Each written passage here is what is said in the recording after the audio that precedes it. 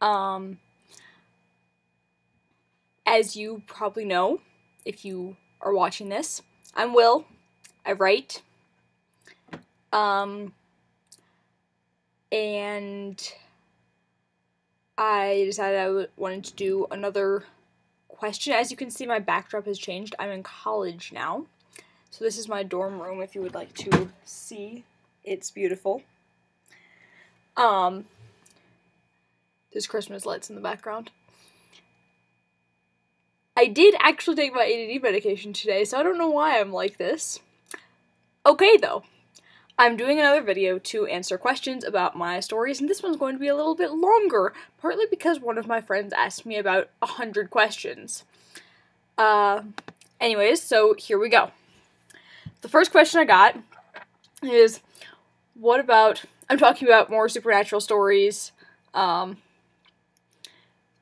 usual. So, first question I got is, okay, what about Zombie Apocalypse AU with Sabriel? And I'm like, oh my god. Because I haven't ever done any Zombie Apocalypse AUs in, like, any fandom, but I love Zombie Apocalypse stuff, like, a lot. Like, I don't think you understand how much I love it. Like, it's really great, okay? And now I'm considering writing one. I might do it. Zombie Apocalypse things are good. So, okay, Zombie Apocalypse AU with Sabriel. So I'll talk about this as if I'm going to write it, because I probably will now. I never know how Zombie Apocalypse stories should start. That's my problem with writing them, is I never know, like, what the deal is. Whether it's, like, some kind of weird, like, a virus or what's going on. But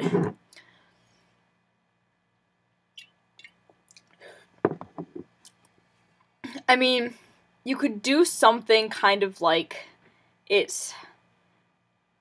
My train of thought went from zombies to Croatoan, which isn't really at all the same, but, that's where the train of thought went. Anyway, so say it's a virus. I don't know if we're doing, let's make this all non-hunter AU, so everybody's human and whatnot, I guess. So, there's this virus that gets out, and maybe it's some kind of government project? Who knows? Virus gets out, and, like, something goes wrong, and it's an outbreak, and it's everywhere, and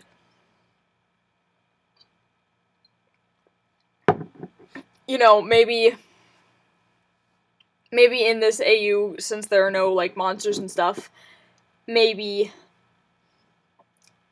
say, Mary's still alive, but the zombies get her, because that would just, because I'm really terrible, I'm a terrible person, and the rest of the family is all like, okay, we gotta band together and try and survive these zombies and stuff, and they're form a little community. I mean, what could happen is something kind of similar to what happens with Croatoan in the end, which I hate even talking about. That episode is a terrible episode. I hate it. Sorry.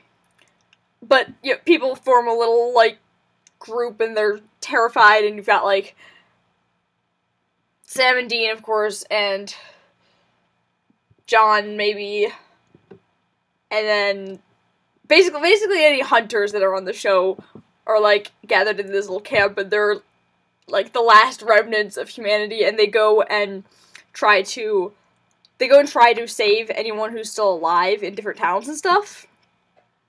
Like, if they manage to get contact from someone who's still alive, and who's managed to survive, they go and try and save them.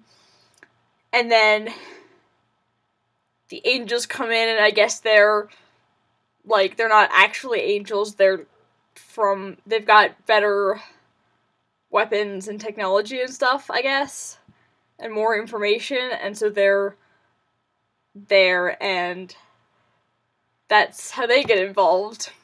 I don't really know what else to talk about for that, but that's a thing that I would definitely be interested in doing. Holy crap, this is already 5 minutes long. Good thing I'm doing a long video. Alright, my next couple questions are from Josie, and they're just kind of general questions. What's the hardest and easiest things about writing porn? Was our first question, and I think it's probably cheating if I say the hardest part is all of it, the whole fucking thing, pun intended.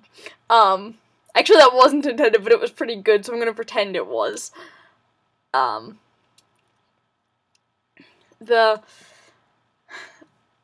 don't know. Everything's hard about it. There's nothing easy about it. I'm not good at it. Well, that's a lie. I'm good at it. It's just difficult. It takes me a long time. It doesn't come naturally. It turns out well, but it doesn't come naturally. The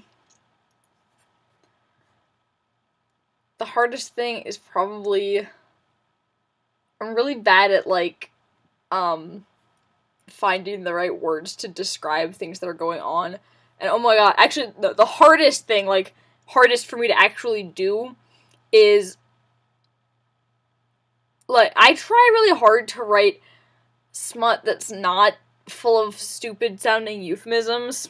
It's so hard for me to do because words like nipples freak me out and I can't type them. And so I want to avoid erotic words a lot, but I know that's a bad practice to get into, so I don't do it, but I want to, and it's very hard not to.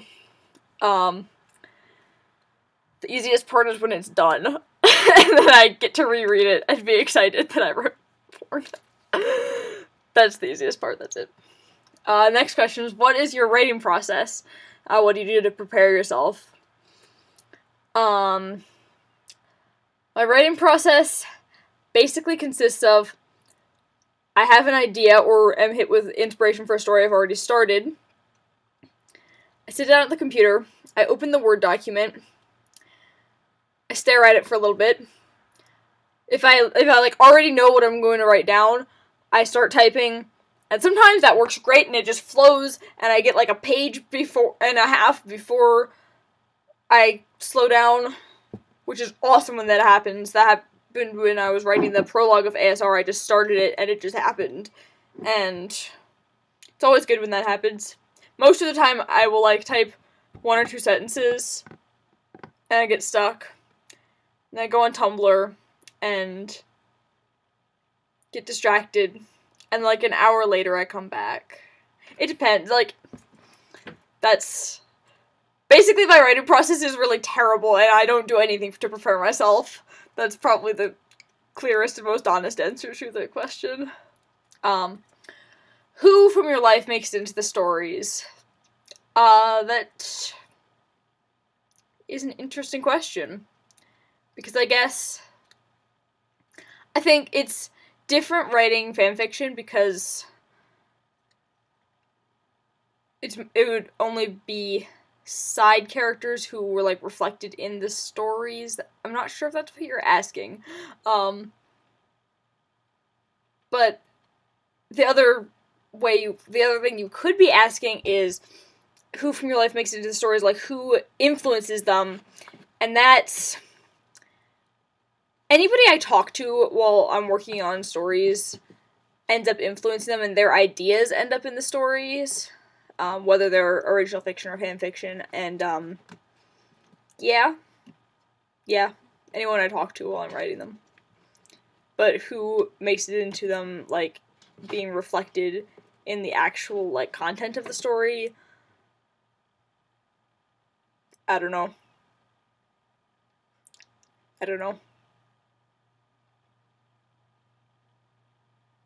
I think I've named side characters after my friends before.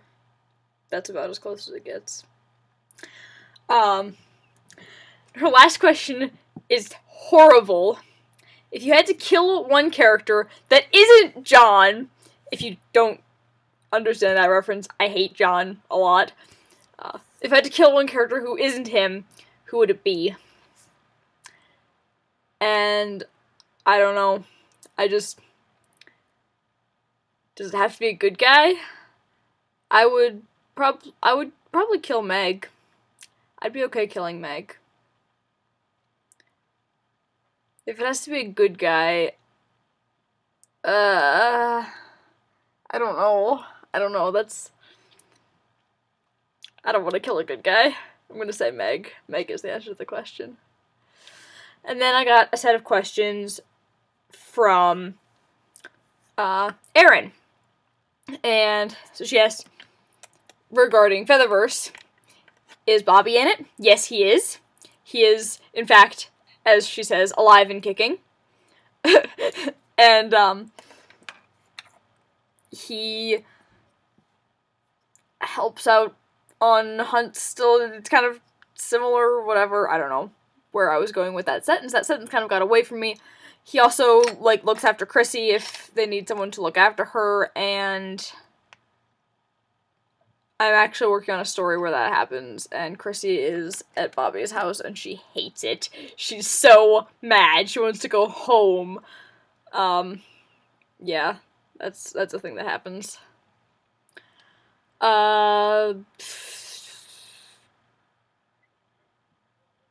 Kevin.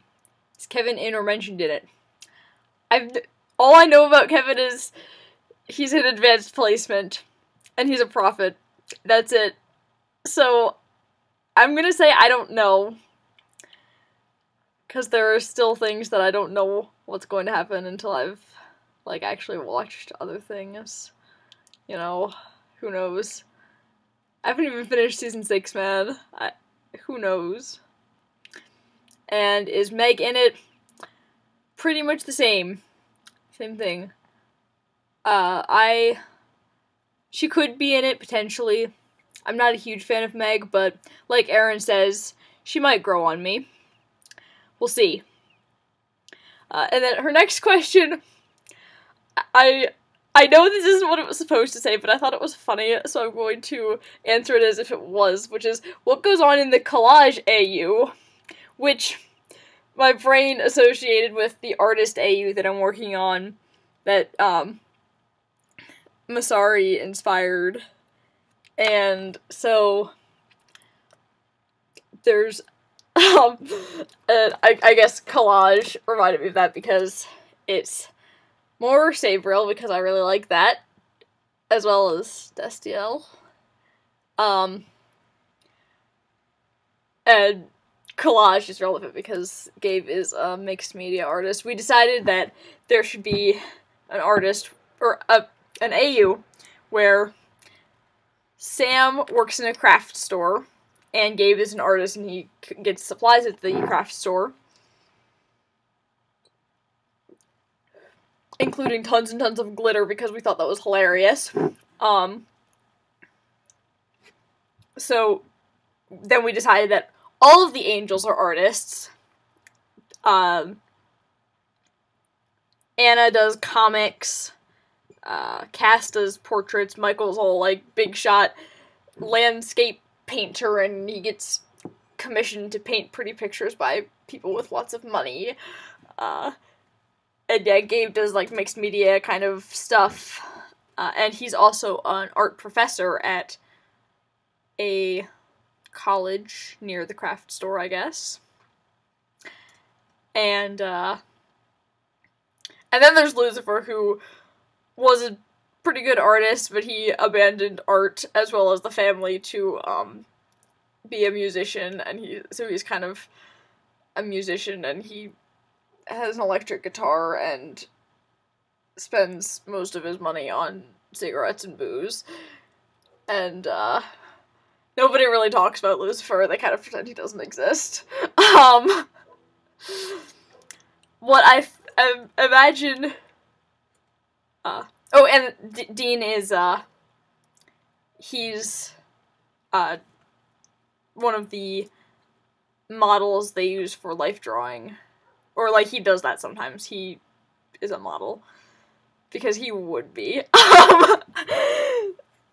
what I imagine Aaron meant, this is a nice segue, is what goes on in the college AU, which is, well, I mean, aside from being a college AU, which is probably obvious, it was actually inspired by someone made a post that was like, everyone needs to write an AU of whatever their biggest fandom is about whatever they're good at, whatever they know about. And I'm not good at a whole lot. But I know I'm good at writing. I know about that. And I know about art. And that's pretty much it. But, so, college AU, where Dean is, I think he's going into school undecided, but he ends up writing. And Cass is an artist. And that's pretty much all I know, because I haven't written any of it yet. But, yeah, that's a thing that happens. And I know Cass draws pictures of Dean in his sketchbook and doesn't want Dean to see them, but Dean steals the sketchbook at one point and sees them anyways. And Cass is very upset until Dean tells him that he's very flattered that Cass is drawing such good pictures of him. Yeah. That's... Also, Cass's... There's a whole deal with Cass's family there, too. His crazy brothers and twin sister, who is, I think she's also going to the college. And it's just like... What a messy family. It's always such a messy family. There's no way to write the angels as humans where their family isn't messy. It's just not possible if you're, like, having any semblance of the relationships between them in the show carry into the story. And her last set of questions is, how's the story with the ghost that crushes people's hearts going? And I had totally forgotten about this story until she actually said this. So I'm glad she did, actually, because it's a decent story, I'd say. It's not bad. For those who don't know what that is, which is probably most of you, it's a story where I think I was calling it Kiss of Death, which is a really fucking lame name, but okay. There's a ghost that's not the story she was talking about, is it? It's not. The story she was talking about is called, Femme Fatale Foyer, and it's, actually a longer story. The first chapter of it is about ghosts crushing people's hearts. And obviously I forgot about that too. That's a really fun story. It's about Chrissy, who is, part of the To Live Not to Exist world, universe, whatever. She's Dean and Cass's illegally adopted daughter. I feel like I've mentioned that before. Okay. Anyways, and she's 14 or 15, I can't remember which, and she goes on a hunting trip with Joe. And that's a lot of fun, because they're just doing the hunting thing and having some family girl time bonding. Only in the Supernatural universe could you have girl time hunting monsters. Only in Supernatural. The first chapter is about a ghost that is crushing people's hearts. And it looks like a heart attack, but it's pretty weird when people who are, like, in their late 20s, a whole bunch of them suddenly get heart attacks. So they go and investigate, and it turns out there's this ghost who, her Oh, I don't remember. Somebody killed her. I don't remember. I have to look it up again. But yeah, it's been put on hold, but I'm still gonna finish it. I'm still gonna not only finish that chapter, but, like, finish the actual story where they are off hunting and doing things, and Anna might show up once or twice. That'd be cool. She might show up, for sure. It's really nice because since Anna is still an angel in Featherverse, at least for a period of time, I don't know if she's ever becomes human again or not. She might not, I haven't decided, but assuming that she's still an angel, she could just pop in at random and just be like, "Hey guys, what's up?" And, yeah. So she might show up once or twice, or more. And that is it for my video. Peace out. I'll see you later. And send me questions. Maybe I'll put them in another video just for you.